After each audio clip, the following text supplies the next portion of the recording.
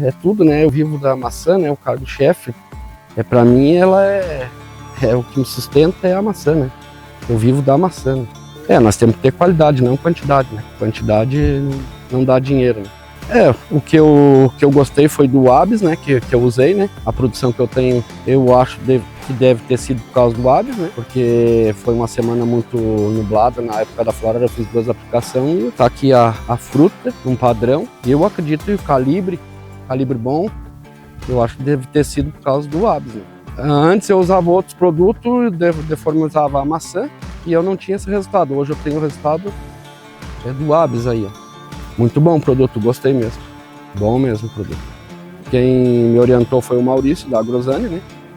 E eu testei e tá aprovado, não paro mais de usar. Todo ano eu vou usar o Abis.